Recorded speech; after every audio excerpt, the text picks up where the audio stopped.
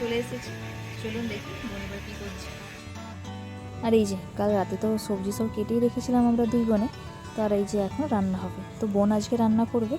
আর এই অনুষ্ঠানটা আজকে বোনের বাড়িতেই হচ্ছে। আগের বছর আমাদের বাড়িতে হয়েছিল, আগের বছর ভাইফোঁটার মেনু ছিল বিরিয়ানি, তবে এই বছর আর বিরিয়ানি হবে না, এই বছর ভাত হবে। তো কাল রাত্রে ওর পাপা আর মেসো মিলে সব বাজার করেই দিয়েছে। আর এই যে এপাশে মেথি শাক আছে, এর তরকারি হবে, বেগুন ভাজা, আলু ভাজা আর 5 রকমের ভাজা হবে, আর সবজি আর মাংস তো থাকবেই, তার সাথে মাছও আছে। চলুন, ও তো রান্নাটা বসিয়ে দিয়েছে, আমার দেখি এপাশে কী কী কাজ আছে, কাজগুলো সব ক্রমশ দিনগুলো যেভাবে ছোট হয়ে আসছে, তো সকালবেলা ঘুম থেকে ওঠার কিছুক্ষণ পরে দেখুন যেন 9টা বেজে গেল। তো এই যে সকাল সকালই রান্নাটা ও বসিয়ে দিয়েছে, তো রান্নাটা করতে তো আবার সময়ও লাগবে, তবে টাইম আছে, ওই 1:30 থেকে 2:30 না 3:30 মতো টাইম আছে মনে হচ্ছে ফোটার সময়টা। সব বৌদিরা তো তৈরি করেই আসে, দাদার দোকান আছে, সব কিছু বন্ধ করে আসতে প্রায় সেই 2:30 বেজেই যায়। রাখির সময় তো আমরা দাদার বাড়ি গিয়েছিলাম, আর এই ফোঁটার সময় দাদাকে ডাকা হয়েছে। তো এই বৌদিই বলেছিল যে রাখিটা পরাতে আসতে হয় আর ফোঁটাটা দাদা নিতে যায়, তো সেই জন্যই প্রতি বছর আমাদের বাড়িতেই হতো। তো বোন এবছর বললো না, প্রতি বছর তোদের বাড়ি থেকে একবার আমার বাড়িতেও কর, সেই জন্য বোনের বাড়িতে এবছর অনুষ্ঠানটা হচ্ছে। এবার অনুষ্ঠান যদি আমার বাড়িতেও হয় বা যদি ওর বাড়িতেও হয়, রান্না কিন্তু বোনই করে প্রতিবারে, আমি সব জোগাড় করে দিই, বাকি ও রান্নাটা বসে বসে করে নেয়। বেলা এখন 2টোর মতো বাজে, আর এই যে দাদা বৌদি সবাই চলে এসেছে। তো বোনে যে একটু ঠান্ডা নিয়ে এসেছে বলে এটা এখন দিই। এখন ঠান্ডাটা পড়লেও এই দুপুরটা কিন্তু বেশ গরম, তাই ওই জন্য ঠান্ডাটাই নিয়ে এসে রেখেছি।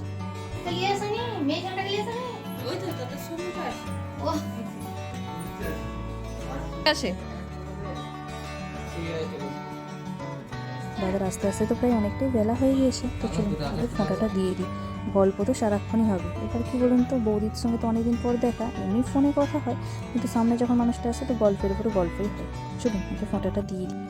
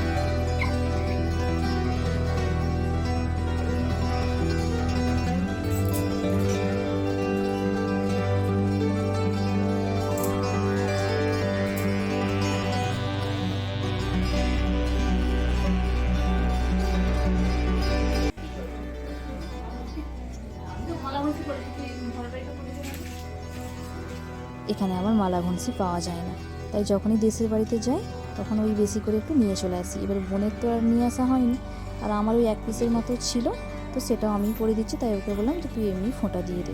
আর এখানে না একসময় পাওয়া যেত, তো ওর পাপাকে বলেওছিলাম যে আনতে, তো বাবা বলছে এখন আর পাওয়া যায় না, আগে পাওয়া যেত এখন আর পাওয়া যায় না, যার জন্য এই যে এমনি ফোঁটা বানানো হয়ে গেছে।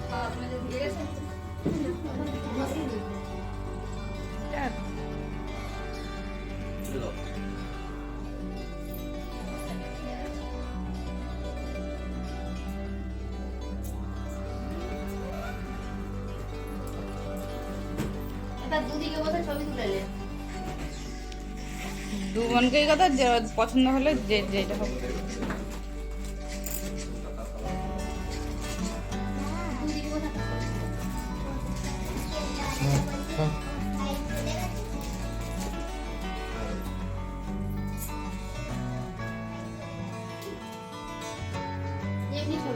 ছবি তুলবো।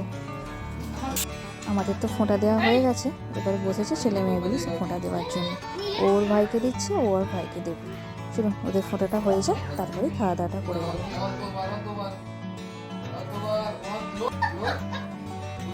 ছেড়ে দে বাপি, তুই হাত ছেড়ে দে।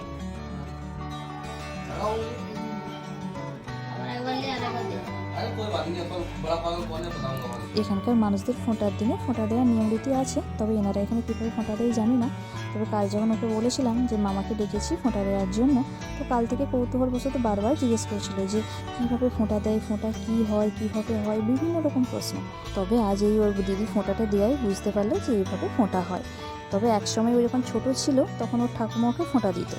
তবে এখানকে নিয়ে আসার পর থেকে আর তো সেরকম কেউ নেই ফোঁটা দেওয়ার। তারপর বোন যখন আসলো তারপর থেকে এই বোনজি ও প্রতি বছরকে ফোঁটা দিচ্ছে। করতে হয় বাবা, দিদি হয় তোমার এটা। তুমি কি বড়? তুমি তো ছোট, দিদি হয়, করো করো। প্রণাম, পায়ে হাত দিয়ে যেমন প্রণাম করে সেরকম করে করো, করো দিদিকে, করো দিদিকে, দিদিকে দিদি, দিদির পায়ে হাত দিয়ে করো।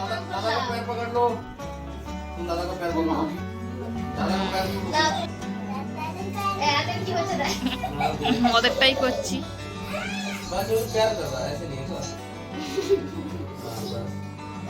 না, এগুলা শিখাতে হবে এদের এই বয়সেই।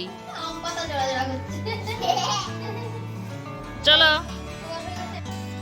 বাবা, লাল ঝাল ঝোল এই যে একবারে। এপাশে সব রান্নাই হয়ে গেছে, দাঁড়ান বাকিগুলো আপনাদেরকে দেখাই। এই পাশে আছে মাংস, আর এই পাশে এই যে সব রকমের ভাজাগুলো আছে, আর এইটাতে আছে চাটনি, আর এইটাতে আছে সবজিটা, আর এই পাশে সব স্যালাড কাটা আছে। বাকি মিষ্টি আরে সব পাশে রাখা আছে। চলুন ছেলেগুলোকে আগে খেতে দিয়ে দিই। তো এদের খাওয়া হয়ে গেলে দাদাদের খাওয়া হয়ে গেছে, তো এরপরে আমরাও বসে পড়বো। চলুন তাহলে ভিডিওটি আজ এখানে পর্যন্তই, দেখা হয় পরের একটি ব্লগে। ততক্ষণ আপনারা ভালো থাকুন, সুস্থ থাকুন, আর ভিডিওটি কেমন লাগলো আমাকে কমেন্টে জানান। চলুন তাহলে, নমস্কার।